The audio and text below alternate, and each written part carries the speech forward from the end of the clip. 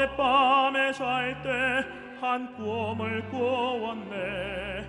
그 옛날 예루살렘 성의 곁에 섰더니 허다한 아이들이 그 묘한 소리로 주 찬미하는 소리 참 청아하도다. 천군과 천사들이 화답함과 같이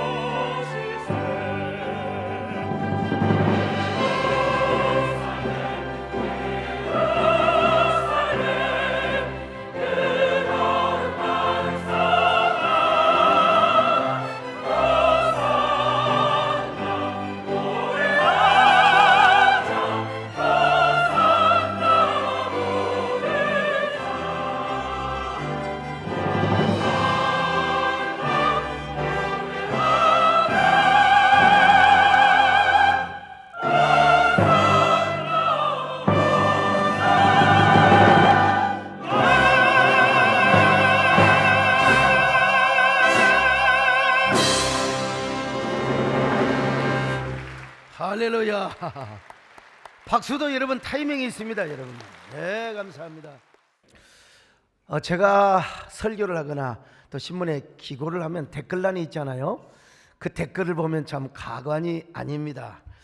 선플도 많이 있지만 또 요즘은요, 이 댓글에 악플도 좀 있어요. 그 악플을 보면은 제가 보니까 설교를 듣지도 않고 이게 쓰는 거예요. 이 좀 듣고 좀 하면 좋을 텐데, 가령 제가 이제 동성애 반대하는 설교를 했어요. 그러면 듣고나 할 일이지, 송광석 목사는 WCC와 WEA에 가입된 동성애 애찰론자다, 가정 파괴범자다.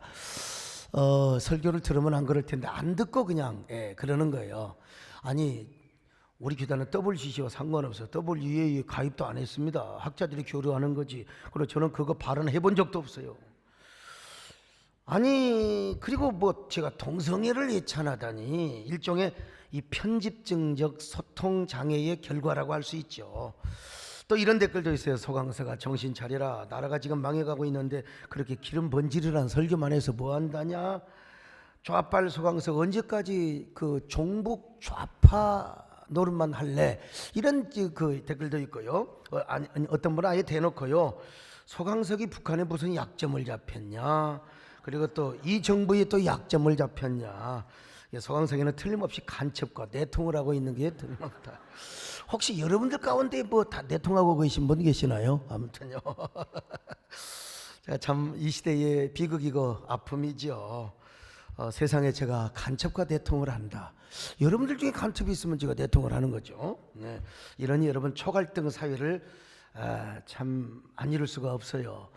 연예인들 제가 이해합니다. 그러나 이런 것 가지고 제가 뭐 심각하게 고민하고 자식할 거 없어요. 왜? 어차피 목회자는 그런 소리 들으면서 이 시대를 치유하고 이 시대를 초갈등을 극복하고 화해하게 하는 사람이 목회자이기 때문에 그렇습니다. 어떤 집회에서 어떤 분이 또 이런 말을 했대요. 소강석 목사가 이제는 좌빨이 아니라 종북 주사파다. 주사파.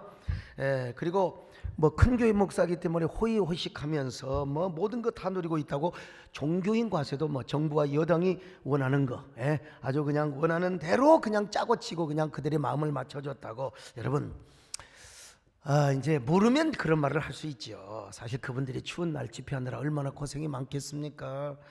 그리고 정부가 잘못한 부분을 용기 있게 외쳐준 것도 사실 고맙게 생각하는 마음 여러분 갖고 있습니다. 나는 그분들의 몸이 걱정이 돼요. 건강이 걱정이. 왜냐하면 제가 이게 찬바람 쐬고 딱 새벽에 나가다가 안면마비 온 적이 있거든요. 그분들이 저를 공격하는 것은 뭐 두 번째고 괜찮아요.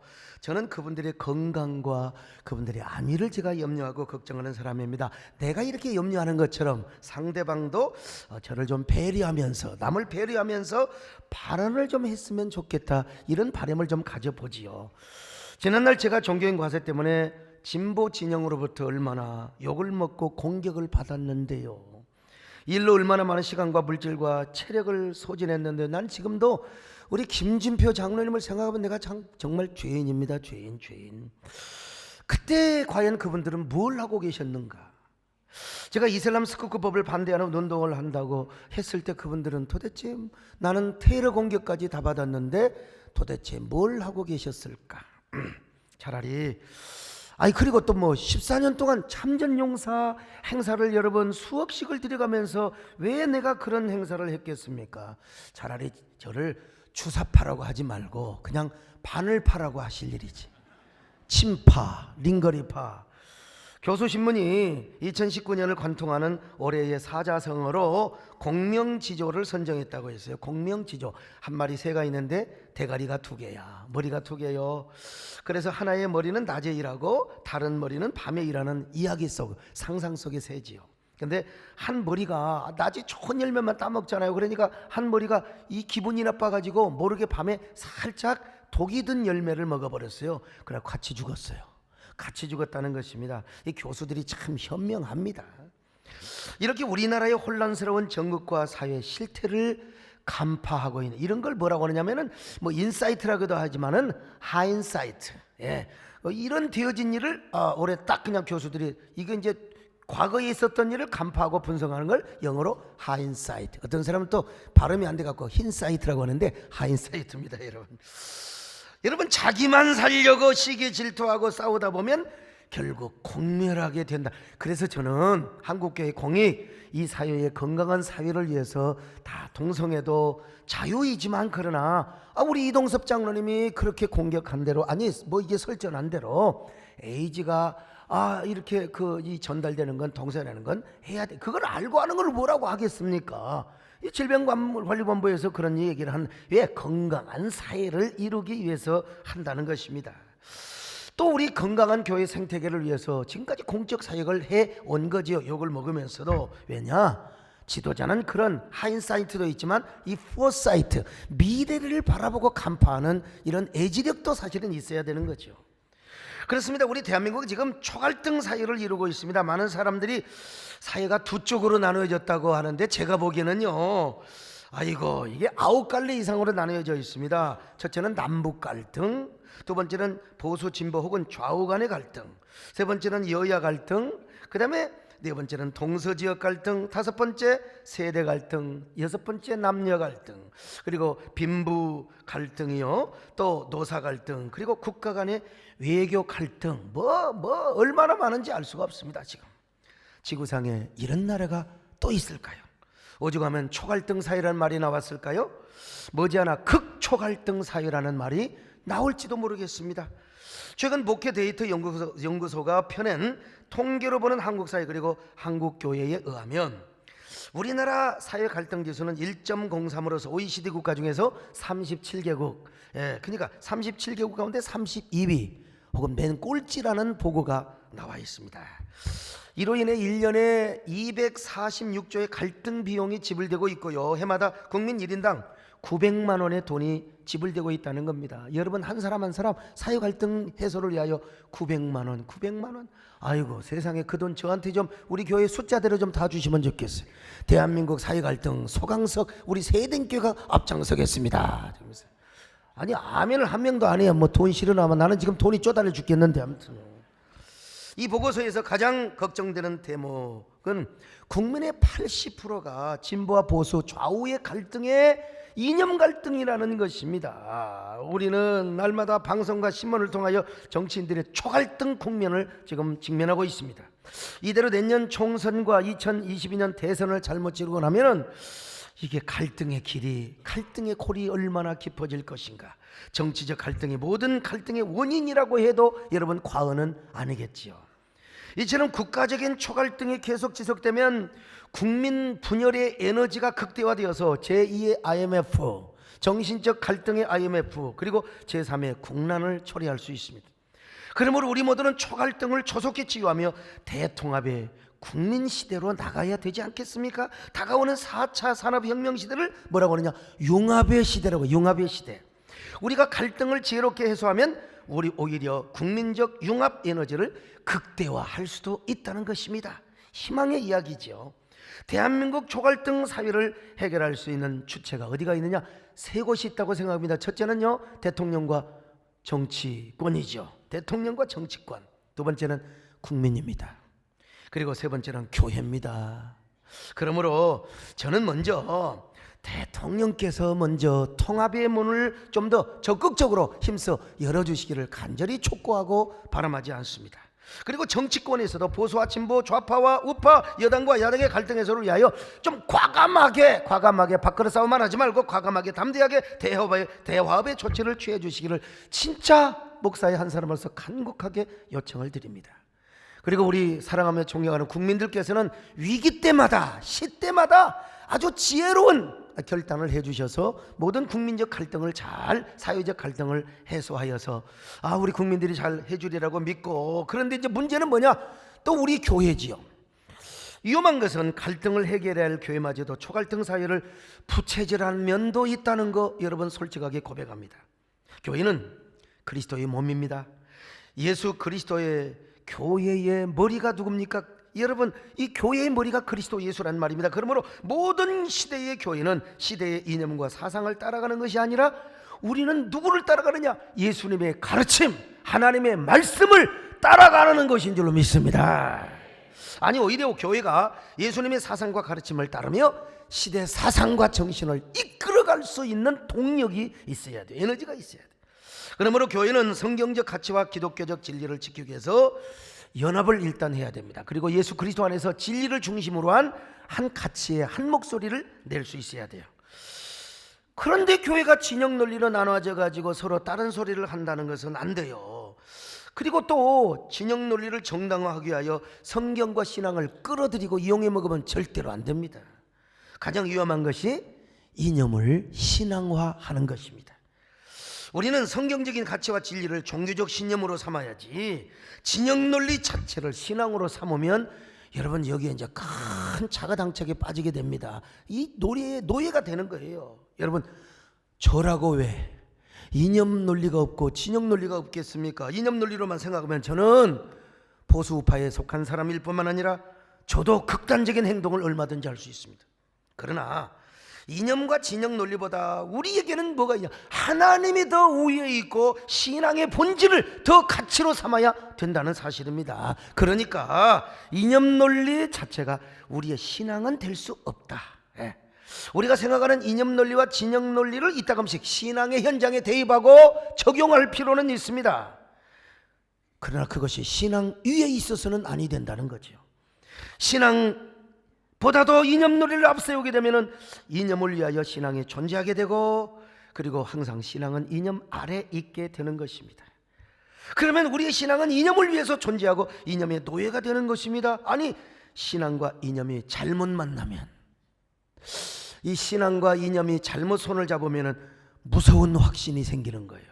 그렇게 되면은 불필요한 순교의 확신, 죽기를 각오하며 극단적이고 과격한 언어와 행동을 하게 되어 있는 것입니다. 여러분, 교회는 시대 이념과 사상을 따라가는 것이 아니라, 다시 강조합니다, 예수님의 가르침, 하나님의 말씀을 따라야 돼요. 찰스 셀든이 쓴 예수님이라면 어떻게 하실까라는 책처럼요, 지금 이 초갈등 사이를 예수님이 어떻게 보고 계시는가, 우리의 시대 논리, 우리의 어떤 진영 논리로만 보지 말고 예수님이라면 어떻게 보실 것인가, 성경 말씀으로 우리는 이 세상 이 사회를 어떻게 바라볼 것인가, 여러분 이게 중요하지 않겠어요? 자, 그러면 우리는 어떻게 해야 되느냐? 이럴 때일수록 여러분, 우리 교회는 신앙의 본질과 가치를 확실하게 붙잡아야 되는 거예요. 여러분, 교회는 예수 그리스도를 믿고 하나님을 섬기는 신앙의 공동체입니다. 그러므로 우리가 먼저 붙잡아야 할 것이 뭡니까? 신앙의 본질과 가치입니다. 이걸 위해서 죽고 살아야 되는 거지. 왜 우리가 여러분 다른 것을 위해서 죽고 사느냐 이거예요. 물론 우리가 성경적 가치와 진리를 지키기 위해서 교회는 반드시 보수 라인에 섭니다. 뭐 어쩔 수 없는 거예요, 이거는. 근데 제가 말씀드리는 이 보수 라인은 반드시 뭐 정파적 의미만을 말하는 것은 절대로 아닙니다. 물론 현실적으로 그럴 때가 있습니다. 가령 동성애를 반대한다든지 스쿠크법을 반대한다든지 대한민국의 정체성과 국가 안보를 지키기 위해서는 보수 정파와 반드시 손을 잡고 연대를 할 필요가 있고, 또 현실적으로 그럴 수밖에 없는 거죠. 그러나 여러분, 아니 어떻게 그것만 있겠습니까? 사회복지라든지 또 약자와 소외된 사람을 섬긴다든지, 그리고 또 민족의 평화와 안녕을 위해서는, 아니 여러분, 진보 측에 있는 사람들과도 함께 교류하며 또 때로는 손을 잡고 소통을 해야 될 필요가 있습니다. 계속 한쪽 진영 사람들만 손을 잡고 이러다 보면은 반대 진영과는 원수가 되는 겁니다. 여러분, 뭐 정치하는 사람은 그럴 수 있지만 교회는 그럴 수가 없다는 것이죠.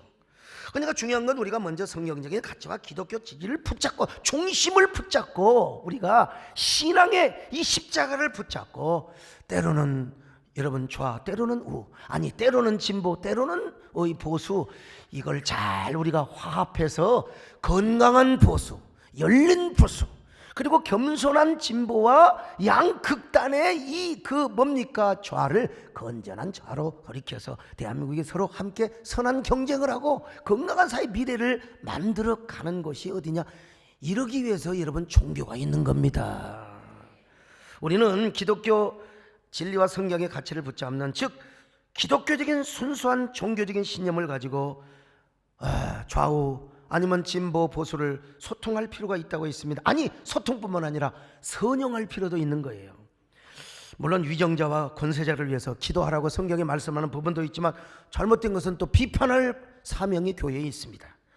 그리고 또 교회를 세우고 성경의 가치를 지키기 위해서 정부가 되었건 아니면 여당이 되었건 야당이 되었건 각 정파를 우리는 선용의 대상으로 삼아야 됩니다. 선용의 대상. 다만 우리가, 그러니까 동성애라든지 아니면 다른 도움을 받기 위해서 여러분 우리가 선용의 대상으로 잘 선용을 할 필요가 있는 거예요. 다만 우리가 지나치게 정파적이거나 교회가 지나친 정권의 욕망, 또 정치적 욕망을 갖게 되면 우리 목회자와 교회가 추하게 되는 거예요. 그리고 과격함을 지향하자는 것입니다. 예수님 당시에도 여러분 이스라엘에는 열심당원이 있어요. 당시의 시대 논리와 이념으로 볼 때는 열심당원은요 애국자 중에 애국자였습니다. 여러분, 로마를 물리치자, 저 나쁜 로마를. 그런데 현실적으로 이게 가능합니까? 그러다가 이제 완전히 그냥 예수님의 예언대로 그냥 예루살렘이 다 무너지고 파괴되고 그냥 뭡니까 이 돌 아이벤 여자들은요 대창으로 그냥 배를 쑤셔가지고 그 아이를 꺼내서 바위에 그냥 깨가지고 죽였어요. 이스라엘이 이제 비참한 최후의 멸망이죠, 로마에.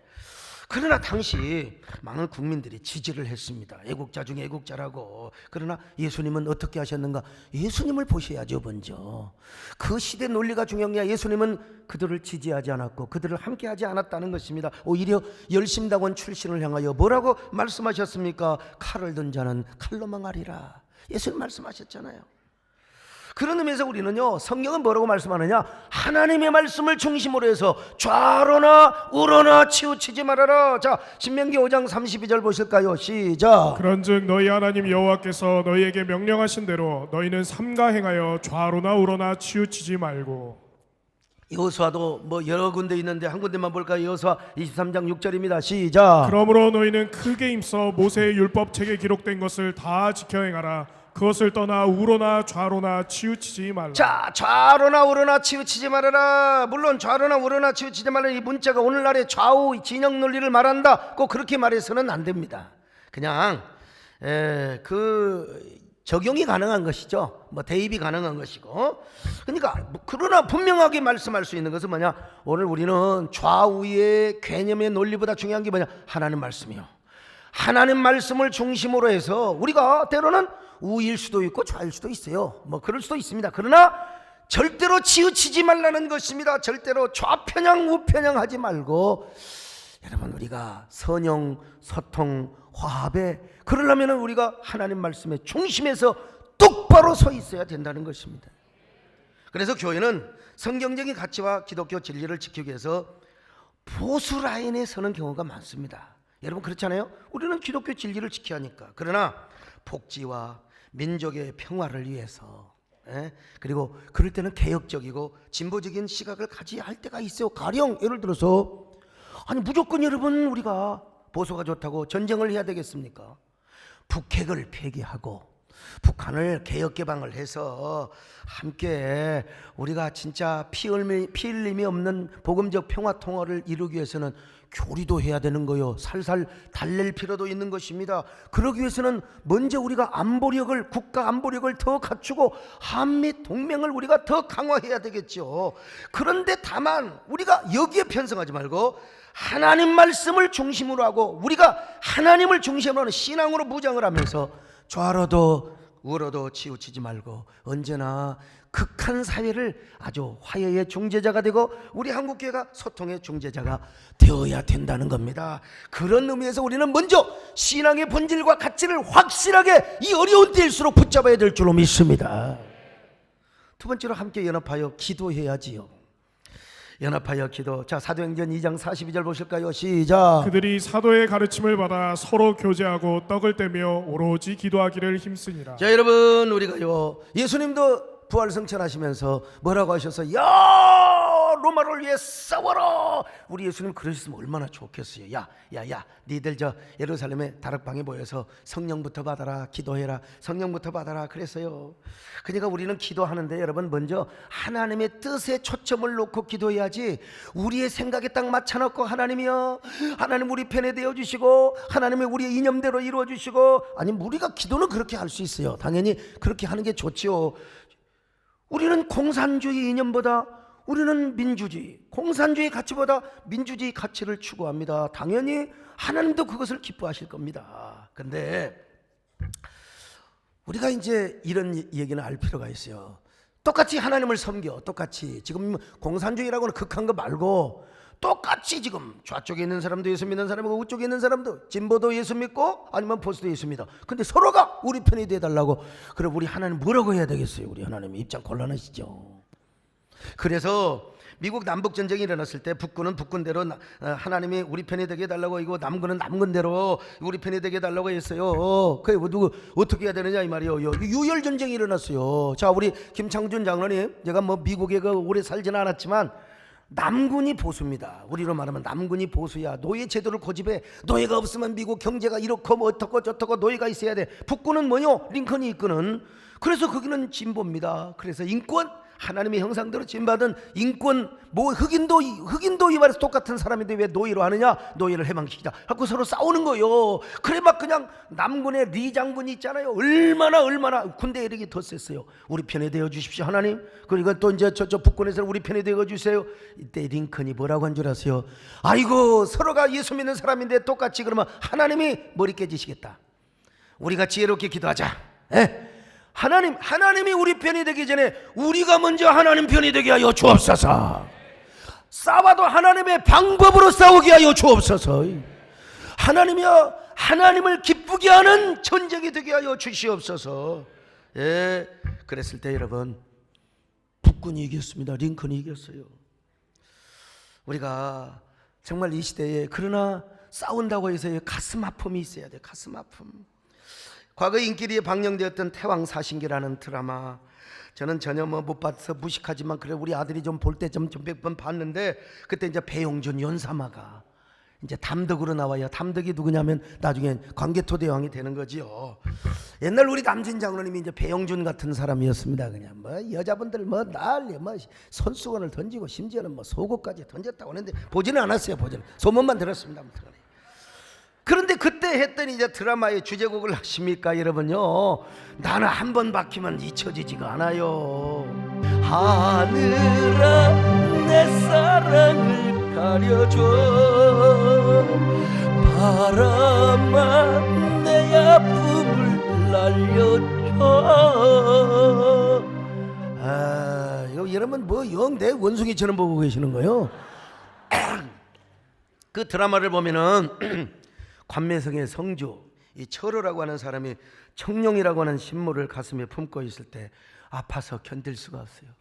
시대의 그 분열된 민족의 아픔을 끌어안고 막 그냥 그러다가 이제 담덕을 볼 때 그걸 토해 가지고 담덕에게 줘요. 이건 그냥 신화예요. 드라마입니다. 드라마. 성경 말씀이 아닙니다, 여러분요. 근데 이게 보는 거, 사람은 목사도 성경도 시대 제약적인 특징이 있는데, 저도 이게 보고 듣는 것이 머릿속에 이제 전두엽이 박혀가지고 이제 이 시대의 아픔을 볼 때 그 철호가 생각이 나는 거예요. 이 시대의 아픔과 상처를 우리 그리스도인이 품고 우리가 정말 기도해야 된다. 할렐루야. 기도해야 된다. 연합하여 기도해야 된다. 할렐루야. 여러분 기도하시기를 바랍니다. 주께 두 손 모아 그 시에 은총 베푸사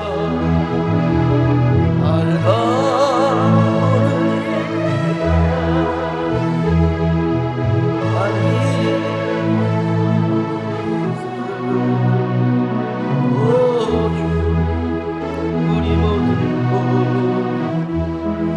오열의 피로 씻기요 하나님 사랑 안에서 행복하소서. 서로 믿음 안에서 서로 소망 가운데 서로 사랑 안에서 손잡고 하는 길,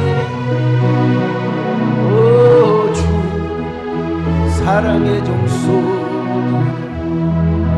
사랑의 종소리가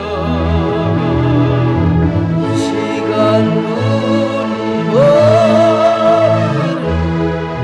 감사해.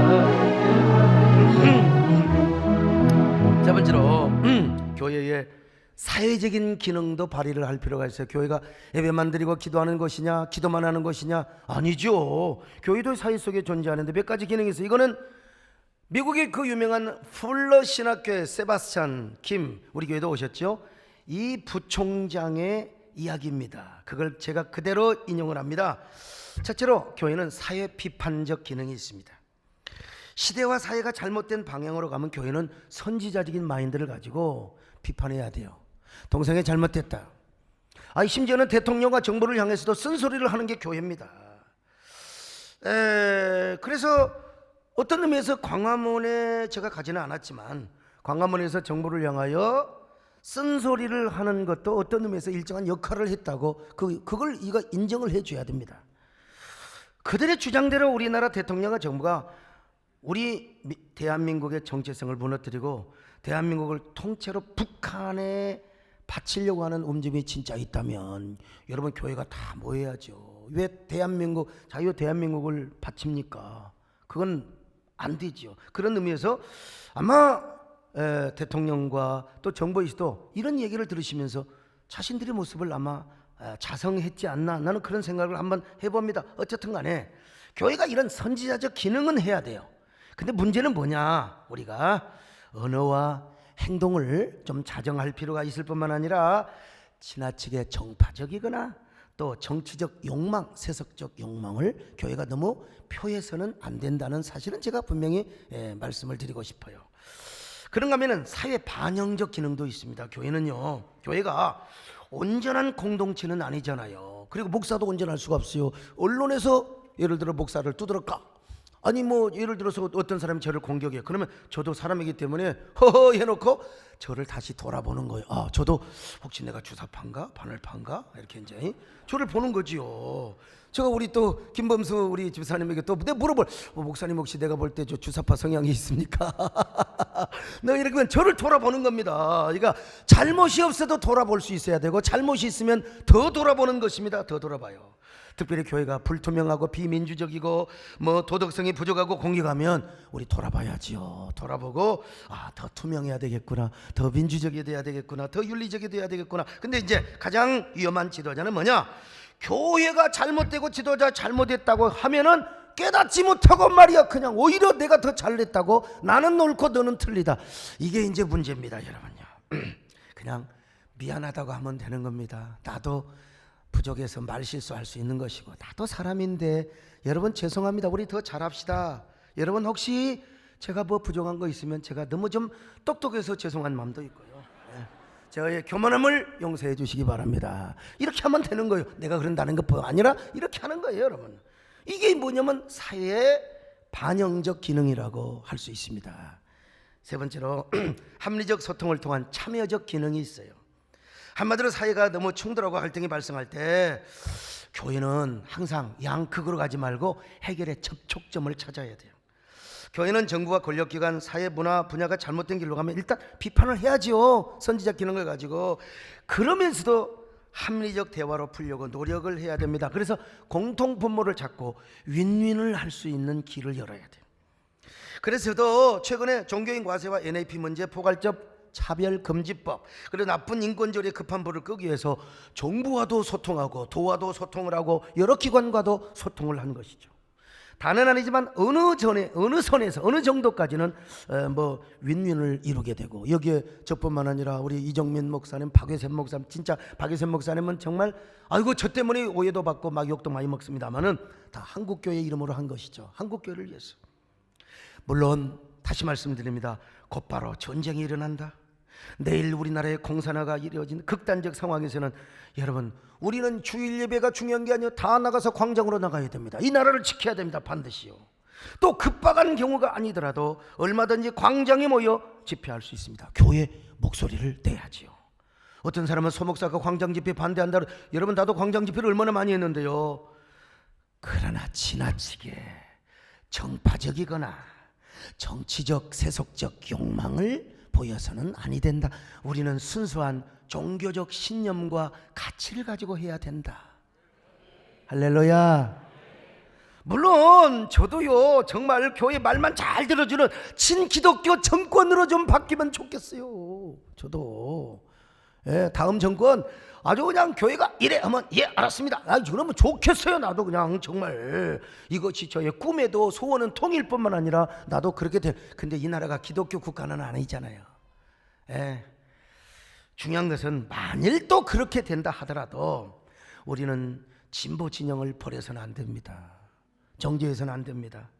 그들도 설득하고 영혼을 구원하고 너무 좌쪽으로 간 사람들 좀 어느 정도의 좌파, 좀 상식 이상의 이런 진보가 되도록 끌어오고 건전하고 균형 있는 진보로 만들어서 건강한 보수와 진보가 서로 경쟁을 해야 정치도 발전하고 나라도 발전하고 사회도 발전하게 되는 겁니다. 그리고 이 초갈등 사회와 우리 대한민국을 화해시킬 수가 있는 것입니다, 여러분. 아니 영국이라고 진보 보수가 없습니까? 미국이라고 없습니까? 그래도 다 잘 해나가잖아요. 그들은 특별히 뭘 하느냐? 음악을 해. 음악을 하니까 그냥 서로가 음악적 안에서 그냥 화해를 하는데 우리는 음악을 안 하고 맨날 그냥 총 맞은 것처럼 하면서 총을 쏘니까 그러는 거예요. 생각해 보세요, 여러분. 우리는 세계 70억 인구 가운데 5천만 대한민국 국민으로 태어났어요. 내가 꼭 또 가수 이선희 이름을 밝혀야 되겠습니까마는 그분의 노래 가운데 별처럼 수많은 사람들, 그 중에 우리가 대한민국 국민으로 만나 꿈을 꾸듯 이렇게 말만 해도 알아보는 거예요. 할렐루야. 나는요 아무리 싸구려도 아무리 비싸도 나는 국적기 타지 어지간하면 안 탑니다. 불편해요. 일단 제가 영어를 좀해 잘합니까? 그래도 불편해요. 음식부터 불편하고 의자도 불편하고 국적기를 타야 돼. 나는 그냥 딱 이국에 가서 대한민국 가을만 봐도 그냥 눈물이 확 나버려. 나는 이렇게 진짜 민족주의자입니다. 아시아나 항목을 봐도 와 그냥 막 누구든지 보면 잘 있어요, 잘 있어요. 대한민국이 되는 거예요. 여러분 우리가 나는 미국 가서도 어디 공항에 갔어도요. 한국 사람이세요? 그러면 씨씨 하고 가요. 여기 중국 사람이구나. 좀 비슷하잖아요. 근데 이제 일본 사람과 지생하고 아리가또 했더니 나 한국 사람이야. 또 잘 있어요, 잘 만나요. 여러분 우리가 같은 국민으로 태어나서 같은 말을 쓰고 여러분 우리가 같이 대한민국 한 공동체로 있다는 게 얼마나 손바닥만 나라에서 70억인 가운데 5천만이 우리가 초갈등 사이를 이루가 어디가 있습니까? 여러분 대한민국이라는 조그만 나라에서 우리가 화합하고 화해하며 살아야 되지 않겠습니까? 할렐루야. 오늘 예수님이 바로 이런 화해 사회를 위해서 이 땅에 오셨다는 거예요. 자, 마태복음 1장 23절 같이 봅니다. 시작. 보라 처녀가 잉태하여 아들을 낳을 것이요 그의 이름은 임마누엘이라 하리라 하셨으니 이를 번역한즉 하나님이 우리와 함께 계시다. 임마누엘이라 하나님이 우리와 함께 하셨다.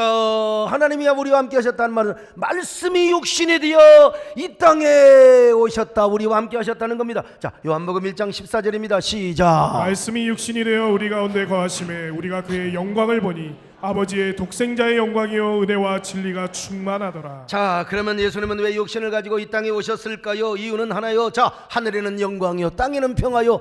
자, 누가복음 2장 14절이요. 시작. 지극히 높은 곳에서는 하나님께 영광이요 땅에서는 하나님이 기뻐하신 사람들 중에 평화로다 하니라. 여러분 사도 바울은 이것을 어떻게 총정리하느냐 이렇게 예수님은 하늘과 땅을 화해하고 우리를 구원하기 위해서죠 먼저. 근데 이제 화해적인 관점에서 봐 하나님과 우리와를 화해해요. 인간과 인간을 화해자가 되기 위하여 화해를 하기 위하여 오셨다는 거예요. 자, 에베소 2장 14절을 같이 봅니다. 시작. 그는 우리의 화평이신지라 둘로 하나를 만드사 원수된 것 곧 중간에 막힌 담을 자기 육체로 씌고. 자, 고린도후서 5장 19절 같은 말씀이요. 시작. 곧 하나님께서 그리스도 안에 계시사 세상을 자기와 화목하게 하시며. 여러분 우리 예수님이 이 땅에 오신 것은 하나님께는 영광일 뿐만 아니라 사람과 사람 그리고 여러분 인간과 인간 사이에 화목제물이 되기 위하여 이 땅에 오셨다는 것입니다. 그런데 그러기 위하여 예수님께서 맨살의 아기로 오셨습니다. 맨살에 우리가 싸우면 또 예수님이 맨살의 아기로 또 오셔야 되겠어요. 얼마나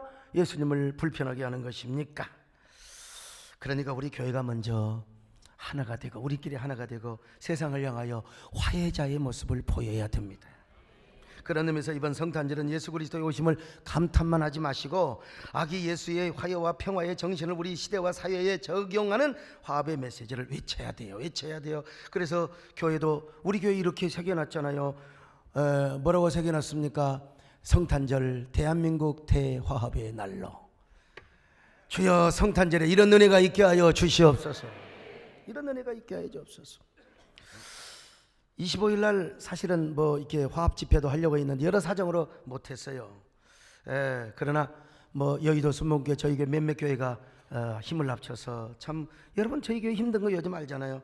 그러나 대한민국 대화합의 날로 선포를 하고 우리 한국교회가 앞장서자. 물론 또 이게 우리는 진보는 진보대로 보수는 보수대로 다 선한 경쟁을 해야죠. 선한 싸움을 해야 되겠죠. 다 존중합니다. 다 존중하지만 그것은 정치적인 영역이고 우리는 언제나 화해자. 자, 그런 의미에서 우리는 성탄절을 어떻게 봐야 되느냐? 두 가지인데 첫째는 뭐냐? 동방박사처럼 하나님 앞에 나와서 정성껏 예물 드리며 경배를 해야 될 줄로 믿습니다.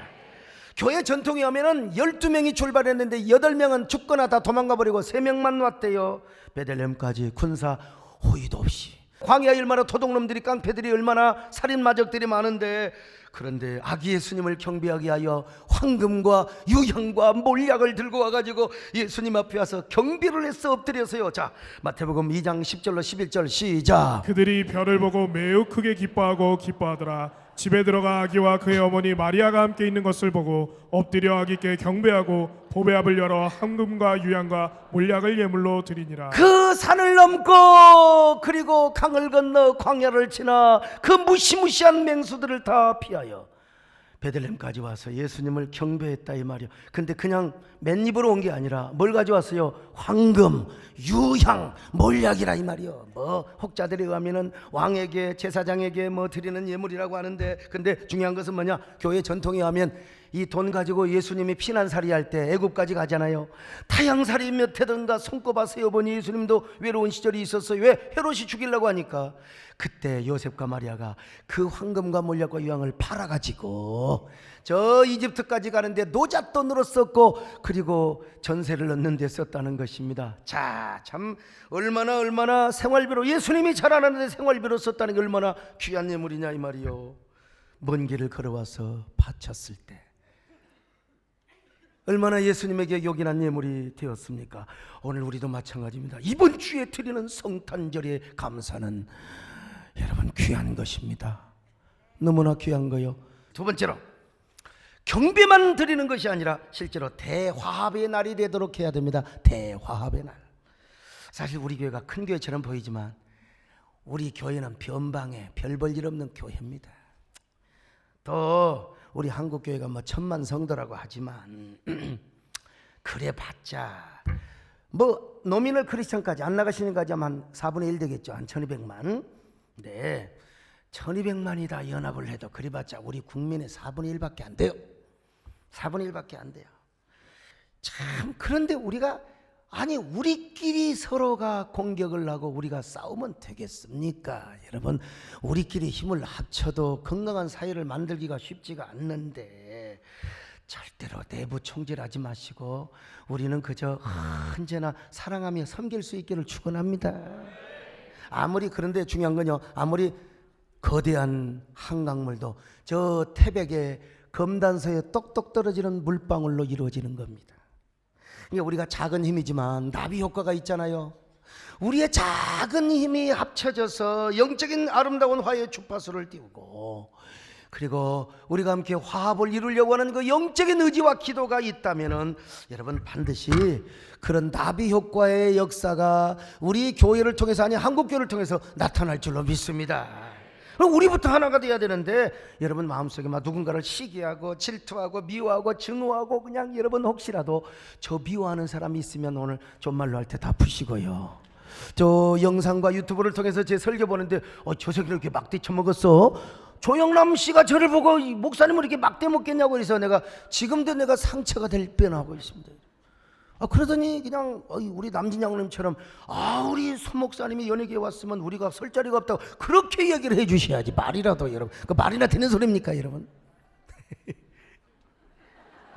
이런 사람이 여러분 증오와 질투와 미움과 그리고 그 아픔이 있는 곳에 여러분 사랑과 화해 화합을 이루셔야 되지요. 할렐루야.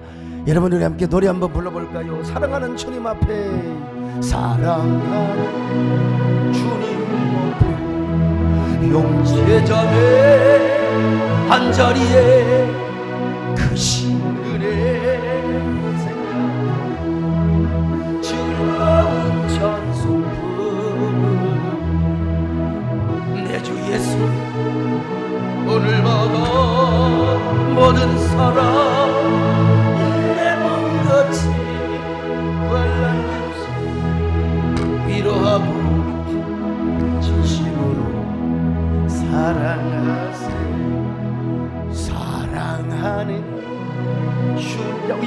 우리가 손을 한번 잡읍시다. 같은 주로 섬기나니 한 피바다 한 몸이 형제여지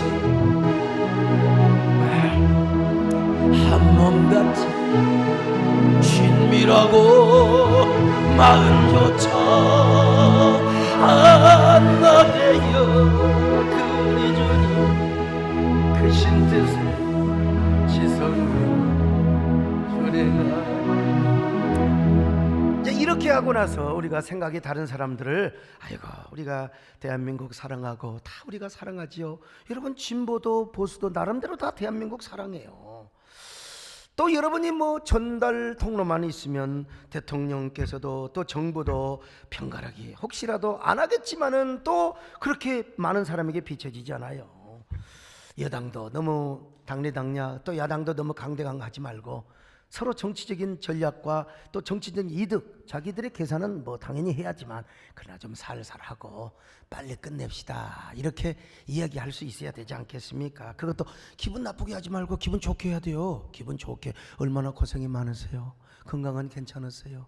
저희들이 기도하고 있습니다. 이렇게 해야지 뭐 그냥 뭐 누구 말 맞다나 나는 옳고 너는 틀리고 그러면 안 돼. 다 일리가 있는 것입니다. 일리와 일리가 충돌하는 거예요. 근데 우리는 일리와 일리를 붙잡는 게 아니라 우리는 주님의 진리를 붙잡는 거예요.